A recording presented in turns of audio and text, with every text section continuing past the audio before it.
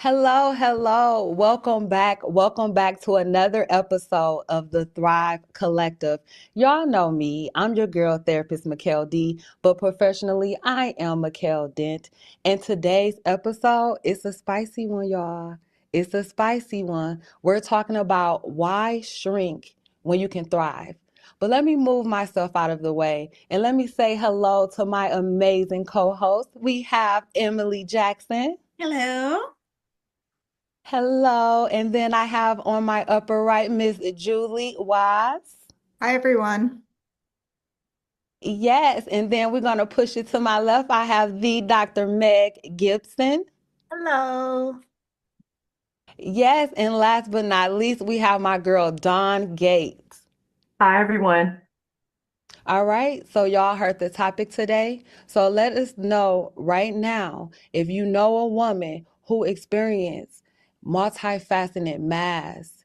If you are someone who knows that you're supposed to be further than where you are, but you find yourself shrinking and you don't have a voice anymore, this is for you. Pull up, share it with everyone you know, and I'll move myself out the way. I'll pass it on over to you, Miss Emily.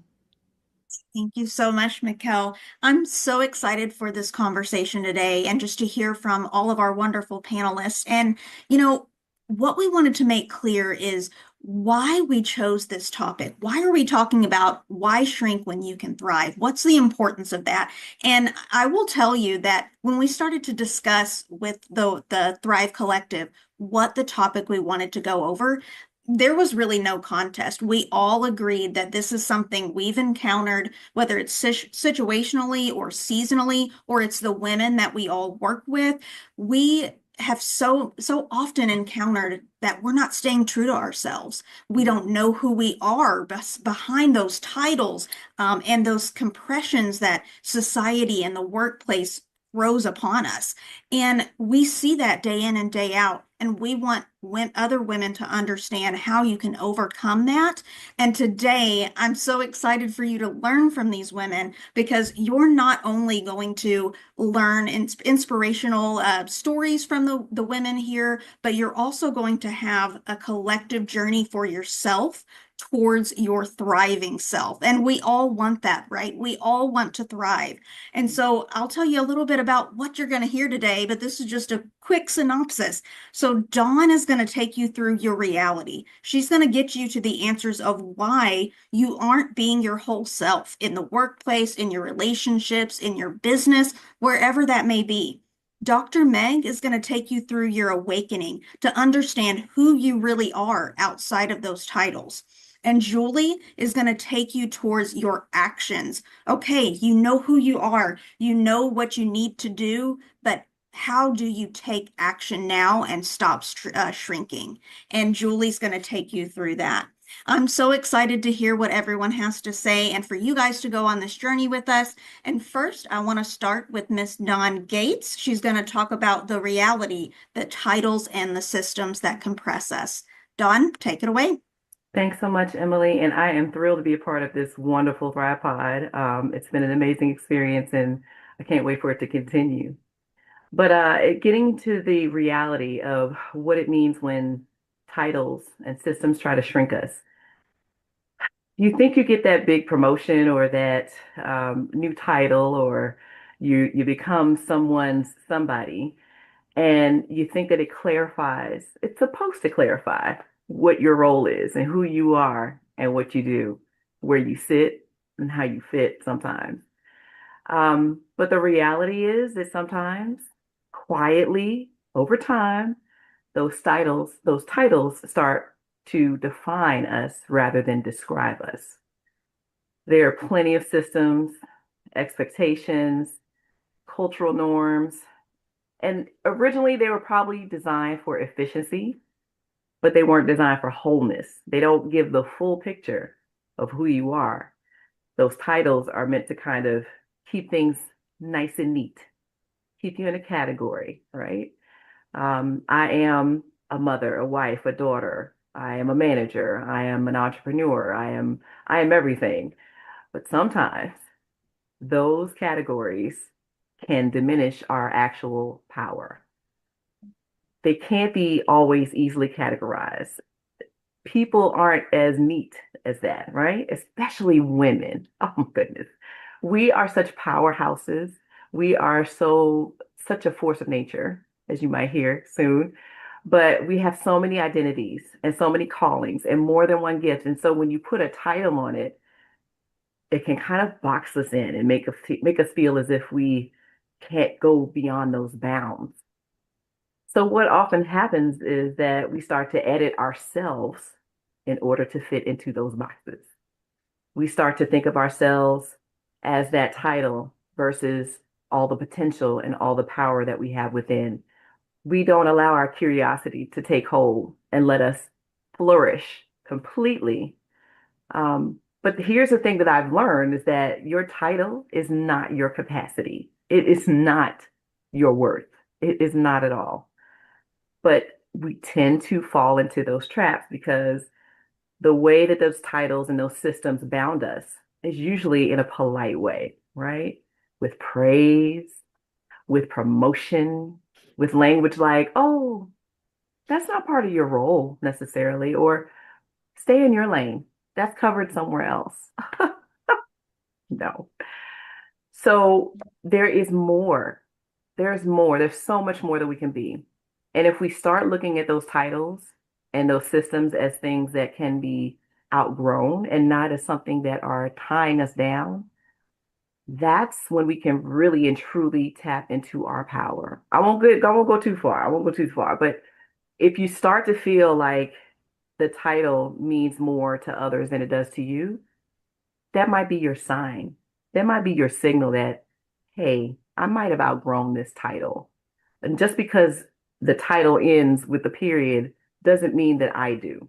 Doesn't mean that I can't go beyond and see true to my passion, through to my leadership, my truth, and my voice. If that title is bounding me to the point where I am not able to be my full self in any realm, that system or that title has to go. And it doesn't mean that the system has necessarily failed. Some cases, yes, but it doesn't always mean that. It just may mean that you have outgrown that system. You have outgrown that title. It's time for you to find something else to go for, something else to aim for, because you might be beyond that title. You might be beyond that system. And if things are not kind of fitting or jiving with you, that's your cue. That is your permission. That is your signal to find something better so that you don't have to fit inside of it, but that you can create it for yourself. So those are just a few of my thoughts about what titles and systems can do and how they can shrink us. Emily, Yeah. have you Oh, ever had any situations like that or felt that or oh my gosh. So yeah, before I go into that, I just want to like double click on something you said. You said we edit ourselves and mm, we stifle our curiosity. Like, oh, that almost makes me want to cry right now because I'm thinking about the fact of, being curious about life and things in your life are the most important thing and valuable thing we can do, right? And exactly? if we're part of systems that are stifling that, then we are stifling our very being, right? Like, Yeah. is that too deep? I don't know, but It's not. It's that, not. It's not like, deep enough. that's what I'm thinking. Like, if you're stifling that, then you're never going to grow. And we have to make sure as women that we're not letting that happen. And, to your point, I mean, I could think of, probably dozens of scenarios that that's happened to me. But one small little thing that I'm thinking of, bringing me back to high school. So really bringing it back here. But I was talking to my counselor at that time and trying to figure out what I wanted to do after high school, right? And I was a cheerleader. I got okay grades, but they weren't anything amazing. I didn't really care a whole lot about school, but I was gonna go to college.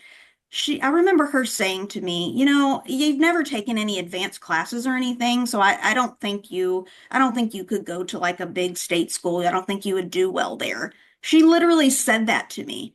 And You know what? I did go to a state school and I got almost a 4.0 the entire time and got my MBA, and I always rocked it in college. Okay. So I proved that lady wrong. But that's what I'm saying is she thought, oh, because you aren't just doing the advanced classes and you're focused on cheerleading or something else, there's no way you're going to do well. She was trying to compress me, stifle me, and I didn't luckily let it do that, That's the and scary thing though too, Emily. A lot of times what people are trying to do, she probably thought she was protecting you.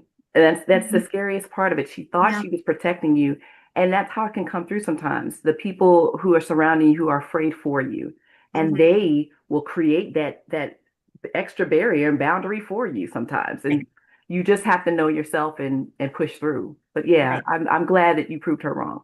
Yes. Well, thank you. Thank you. One question I want to ask you is, when you're talking about bringing your whole self to your workplace or your relationships or whatever it may be, what about blowback from that? Oh, sorry, my light just went out. Okay. What about blowback from that? Have you experienced, you bring your whole self and then you get negativity back from that? Now, don't get me wrong. I'm not saying that you bring in your, unique rock collection from home to your office place, but bringing your whole self, being authentic, being able to stand in your purpose and in your skin and know yourself. I think that if you are truly adhering to yourself and to your cause, when you receive blowback, if you should receive blowback for that, you challenge that. Yeah. I always take situations like that and I use them as opportunities to learn and to try to understand what is it about me being my whole self that puts you off or that offends you? And Mm, why? Have you ever yeah. asked yourself why that is? What do you mean my hair isn't professional? What does professional mean in this setting? Except, things of that nature, not in a combative style. I'm not combative. I'm a gentle giant, but in a Hmm. way that hopefully opens their eyes and their minds up to, oh, well, maybe this traditional, conventional way of me thinking of what is quote unquote professional is not necessarily what it actually means. I'm limiting the scope of that. And what if I open my aperture a little bit and broaden that and see what else could be available? If Right. people can come and be their whole selves, that means they don't have to, they can focus on their work that they're supposed to be doing, and they're not focused on how people are perceiving them. That's Yeah. that's kind of my take. No, I love that. I love that. Well, thank you so much for your insights, Dawn. I really appreciate it. And, I'd like to now bring it to Dr. Meg so we can understand how we begin to take what Dawn has just said and begin our awakening to truly know who we are. Dr. Meg? And I'm over here writing notes like crazy. Um, because I always have this question. Don spoke about titles of what you get when you're at work. And I just want you to take a moment and let's not talk about your titles. And I want you to strip those away. Strip the titles that your job gives you. Strip the titles away the standing in your family. Strip the titles away that you have with your girlfriends. Strip all the titles that define who you are, and then tell me who you are. Because a lot of times we define ourselves by titles. And those titles are what put us in a box, and we live based on those titles. And it's very difficult because if you ask people for the most part, who are you? The first thing they say, they tell you what they do. I don't want to know what you do. I want to know who you are. And most people have a difficult time telling you who they are because that takes work. That takes peeling back the onion and getting to the core. That means you need to be able to understand yourself to the point that you know what makes you happy, what makes you sad, what makes you cry, what makes you laugh, what makes you feel good. That when you walk into a room complete of strangers, what are you feeling inside? How do you let that room know that you've come into the room? Because when you walk into that room, I guarantee you, everyone in there is passing judgment on you. And they don't know your title. All they know at that point is that you've walked into the room. So when you walk in the room, you better know who you are. That's something they can't take away from you. And that's a challenge I ask each and every one of you to do. Be comfortable enough to be uncomfortable with peeling back those layers. It is not an easy task.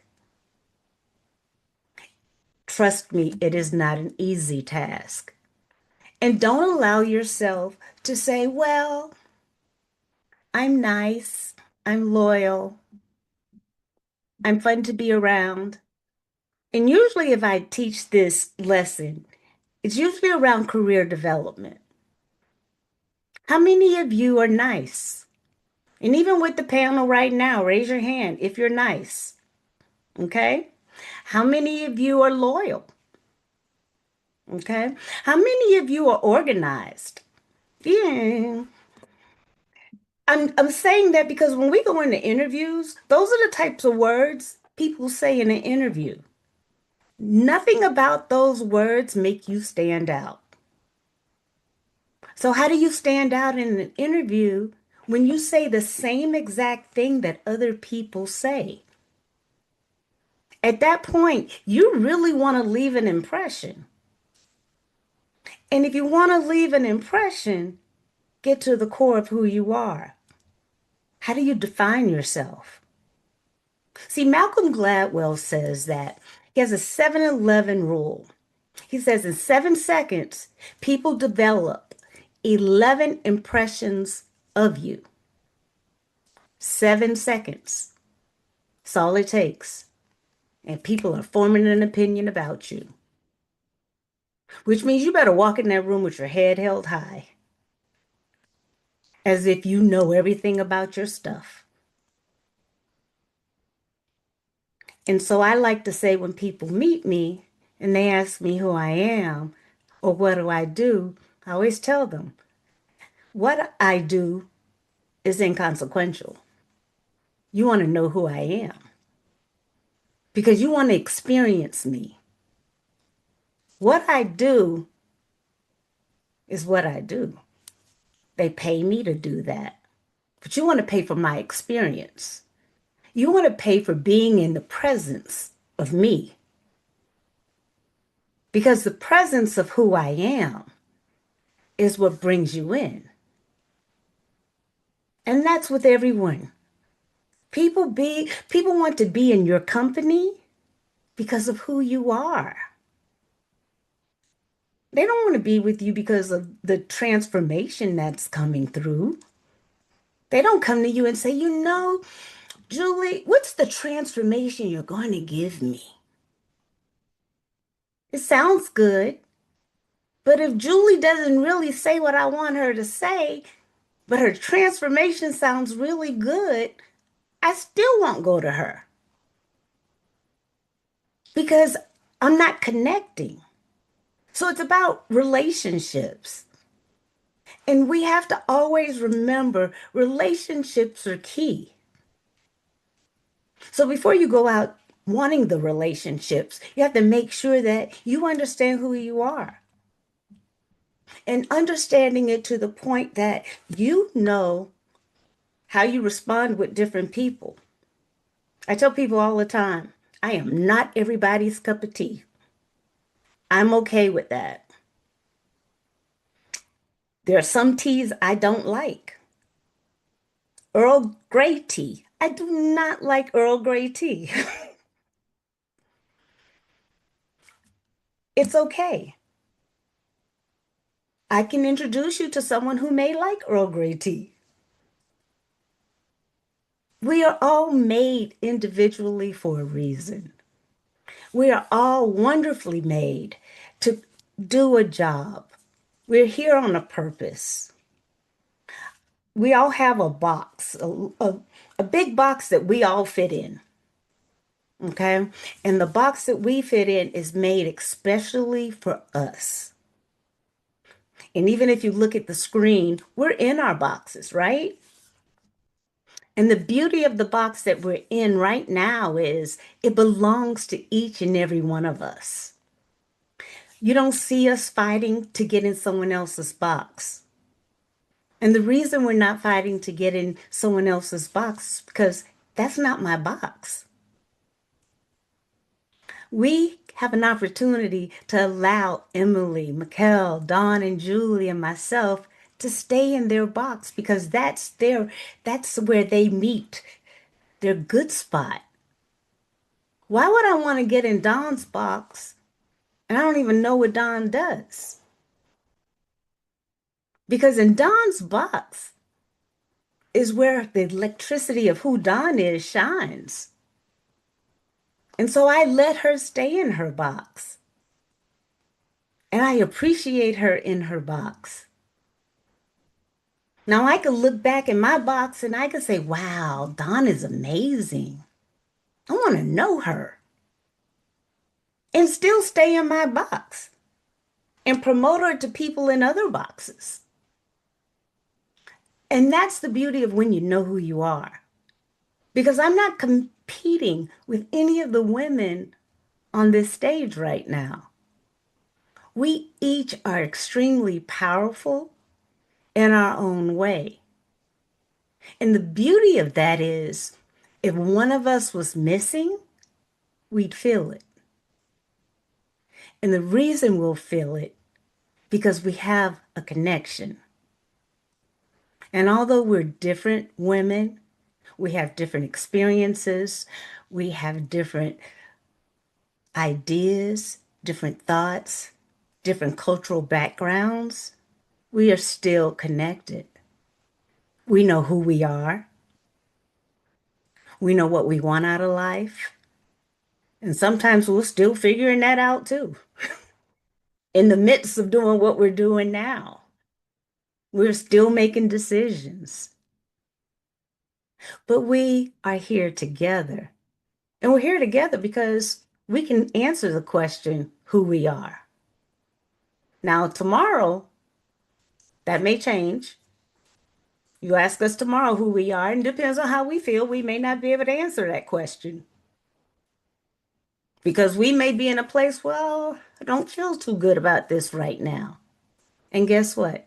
That's okay too, because that's the beauty of being who we are in the moment.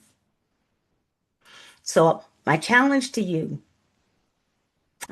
before I finish, I want you to do this. For those of you who work in business, a strategy in business is to do a SWOT analysis: strength, weaknesses, opportunities, and threats. I want you to do that same strategy for yourself. Okay? You want to put the 4 boxes on a piece of paper, put strengths and weaknesses, the top squares, and on the bottom, opportunities and threats. And in those boxes, evaluate yourself. Write down what your strengths are. Write down what your weaknesses. I don't like the word weaknesses, so write down your challenges. What are your opportunities and what are your threats? Because once you do that assignment, it gives you a better picture of where you are, what you need to work on, and you're beginning to peel back the layers. Simple assignment. And yet the hardest thing for people to do are to pull out their strengths. Take time, do it. You'll be amazed of how wonderful you really are. So, Emily, that's it for me. Thank you so much. I love that you talked about, and it's so true, how uncomfortable it is to really get to know yourself. Like that is, and it's not yes, you start with a SWOT analysis, but there's a lot more to it, right? Like it's not just this easy peasy, oh yeah, I right now know what my strengths are. Because also when you're saying your strengths, you're not talking about the strengths that you would talk about in an interview, right? I didn't Not think at so. all. Not Yes, at you're all. talking about your deep strengths like Yes. that, and that's hard for us to realize. And Hmm. I think especially as women, right? I mean, as women, I think we have an even harder time understanding what those deep strengths are because, well, and I guess the question I would have for you, Dr. Meg, is do you think that women are more susceptible to lean on titles than men? And why do you think that is? Because we're competing. We're constantly competing. Mm, The other fact is that we were taught as little girls not to brag, mhm. okay? We shouldn't brag about ourselves. And so if we were taught to be in our corners and be very gracious of things and to humble ourselves for the most part, how do you all of a sudden grow up and become this adult person that has to toot your own horn? Right. Because someone Right. else should toot our horn. We Hmm. should toot Hmm. our horn. But when I go into personal branding, I try to help people understand if you don't talk well about yourself, why give somebody else the opportunity to sell who you are? Hmm. And so, from a man's perspective, as little boys, they're taught that. You are the best football player out there. You can dunk that basketball. You go and do it well. So yeah, they're little children. Hmm. Little girls, you go have a tea party and sit there all prissy and cute. So it is a different standard, but it doesn't have to stay that way. I'll Absolutely. be I'll be 61 years in 2 weeks. And I believe wholeheartedly that wherever you are, you toot your horn. And then you get some other people to toot your horn for you. I love that. You walk into that room knowing who you Own are, it. and everyone's going to know who you are. That's right. Yeah, I love that. Thank you so much, Dr. Meg. You're So, welcome. I really appreciate your insights on understanding how we begin our awakening to truly know ourselves. And now that we are starting that journey to truly know ourselves, let's learn how to take some action. So, Julie, what can you share with us on how we can take some action to stop shrinking today? Well, I think, Emily, and by the way, I'm so excited to be here with this amazing group. I think, it's interesting listening to Dawn and listening to Dr. Meg. It sort of all goes together. We've got the titles and we've got the who are you?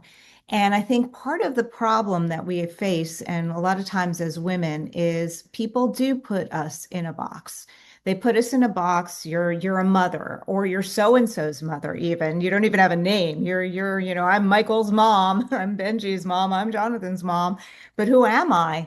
And then I'm also an attorney, and I've had a long career doing that, and I've doing a whole bunch of other things. But they're all different identities. And I think part of the problem is that, or part of the good thing is, number one, is that we as women are natural born multitaskers.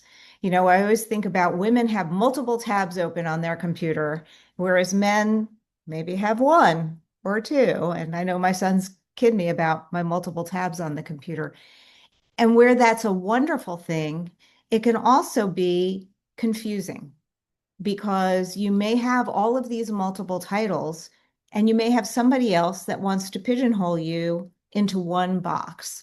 And in my experience in my life, I've seen it as a challenge. I think number one, to Dr. Meg's point, you do need to know who you are, and that does take some work. And I always say you need to really listen to your heart and your intuition and to your gut as to who you are and what you think is right and follow that. And I think, piggybacking on what Dawn was saying about titles, is that a lot of times we're pigeonholed into that title. So, for example, when I graduated from law school and I got my first job, my then husband, we went to law school together.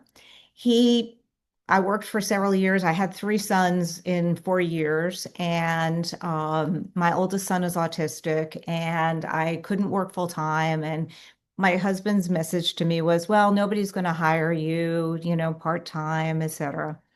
I saw that as a challenge. And that's what I encourage every woman to do is when somebody tries to pigeonhole you, say, wait a minute, that's wrong. That's not me.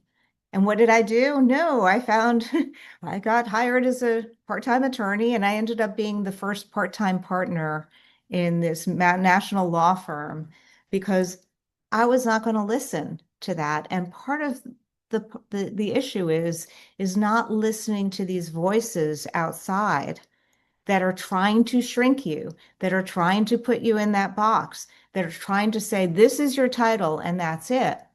And I think we as women need to make sure that we listen to ourselves. We listen to what we want to do and how we want to run our lives. I've had so many different experiences in my, well, now 39 and a half years of practicing law, in addition to, well, following my desire, and my husband did, my second husband, encouraging me to start selling my art. And I have no training as an artist, and now I'm in galleries all over the place and have a show starting in a few weeks in New York, which is crazy. But I followed my heart and my intuition and what I wanted to do, and that's where I've sort of ended up here in this amazing group, this Thrive Collective, and being part of the Women Thrive group and, wanting to coach midlife women because you can't let those titles stop you. You can't let other people define you. You get to define yourself and you have to use your voice. Now, I am not saying that you use your voice in an obnoxious way and an irritating way. No, you find your way to do it appropriately and but still be true to yourself and have the confidence that your voice is your voice, your life, your title for yourself, your titles for yourself, and don't let anybody ever shrink you. I love that. You're staying true to yourself by sharing your voice, sharing your story. And, I love everything about that because it's really resonates with me as this year has really been, or 2025 was really a year of myself sharing my story. And I shared a very personal story on with all of the world essentially. I wrote a book this past year about pregnancy loss and difficulty conceiving, and it's something that a lot of women go through. And I felt the pull to share that very personal story with everyone. And at first, before I was gonna, let me just write it and then maybe I'll just, share it with some friends or something. But then I'm like, no.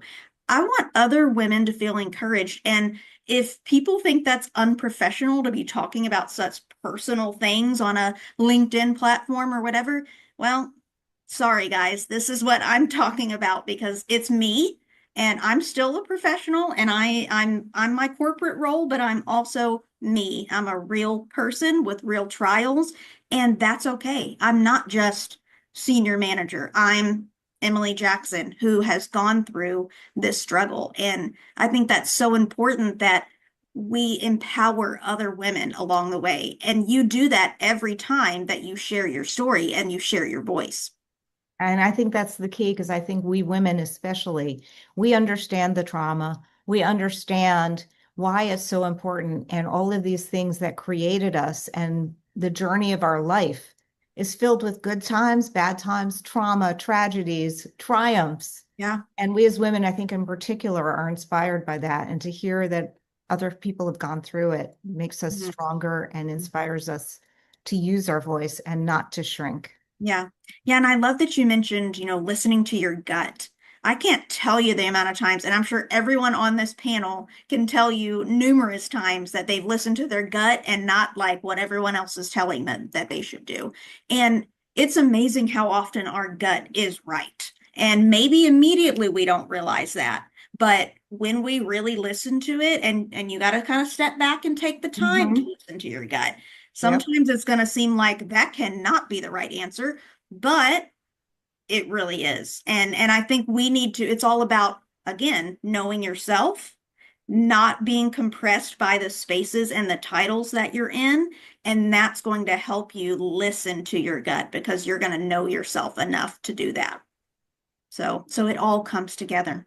Well, thank you so much, Julie. And, I think we have a little bit of time here to kind of do a round of talking through last little insights and kind of wrapping up with each panelist.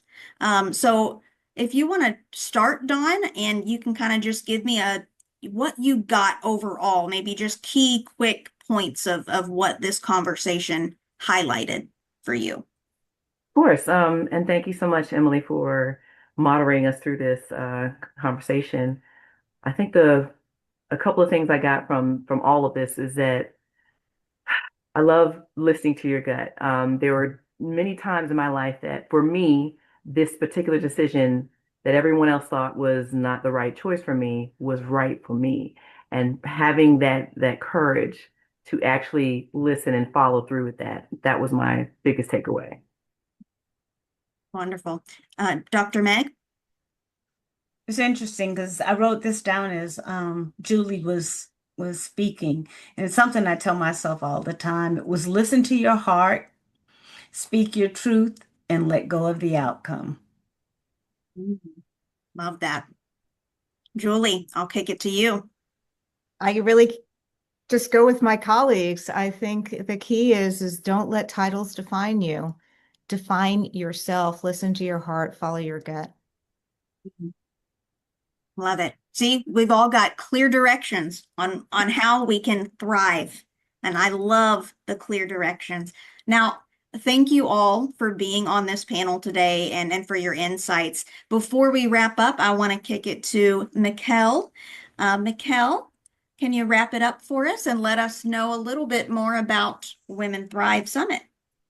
Yes, yes, yes. Before we even dive into Women Thrive Summit, but make sure y'all get y'all notebooks and pens ready because we're going to, at the end, tell you exactly where you can find these powerhouses, including myself at Women Thrive. But before I get into that, DJ, we got to run it back because it was some powerful messages. And I know that it was some things I want to point out. I got so many notes here. I had to take it old school and got the pen out. From starting with the reality, let's talk about titles and how those titles, if we're not careful enough, like Don pointed out what I got from that, if we're not careful enough, those titles will begin to define us. It's just like wearing a mask. And if you're not careful enough, then your mask will begin to suffocate you. So don't let that go over your head when it comes to these titles, because we've been programmed to believe that these titles are who we are. So speaking of that, I gotta dive into Dr. Meg. She hit us with the awakening. But what I don't want to go over your head was something powerful. As a clinical expert, I learned, like with my clients, some of those moments and some of their deepest, darkest breakthroughs is when they had the ability to put them in front of them. When you're able to put yourself and look in that mirror, or when you're next to someone and they're reminding you something of yourself, when you're able to confront you, it's you against you. That is when the awakening begins. So don't let that go over your head. You can take your cute nose as we're speaking and things like that. But when we hang up, baby, it's you against you. When everybody is not around you anymore, it's you against you. When those voices are too loud, when everything else is silent for you, it's you against you. So don't let that go over your head. And speaking, don't let that go over your head. Let's talk about action. Because if you're writing in your notebook and you don't put no legs on that, there's good as nothing. They collect dust, and that's not what we're here for. So let's talk about that action. And it's one sentence that summarized everything that Miss Julie said today. And when it comes to action, she simply let us know, just follow your heart. That's it. Just follow your heart. Follow your heart. Take the actions. Our gut, those things speak to us. So we know that this platform is so important. Why shrink when you can thrive? Why shrink when you can make the decision to thrive? We know that it's a woman out there whose voice is silent, but they're loud on social media. We're going to get real. We know it's a woman out there who feel like she don't understand what she is here for.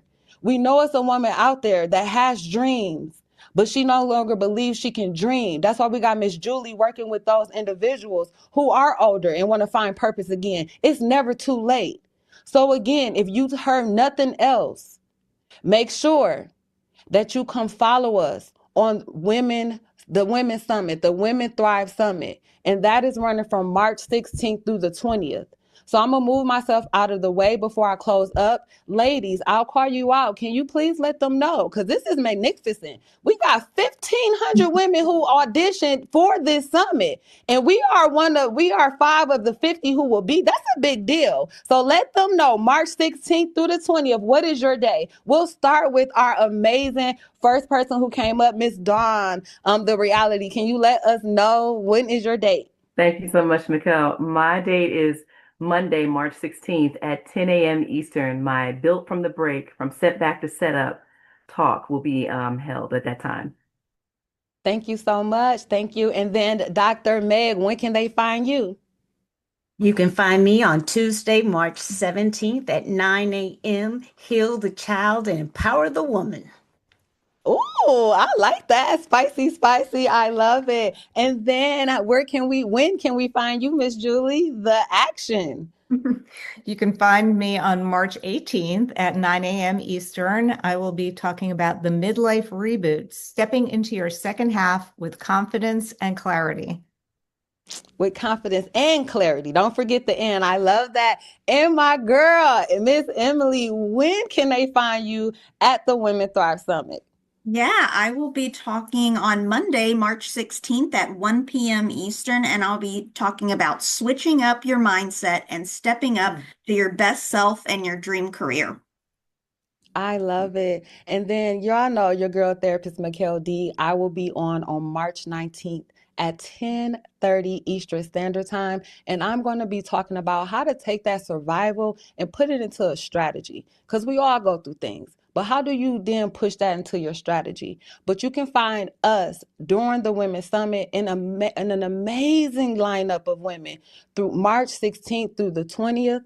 Find your tickets at womenthrivesummit.com. That's womenthrivesummit.com. And make sure after you get your ticket, you make sure you register to our topics, our speaks. So thank you again. And we will holla, the Thrive Collective, signing out.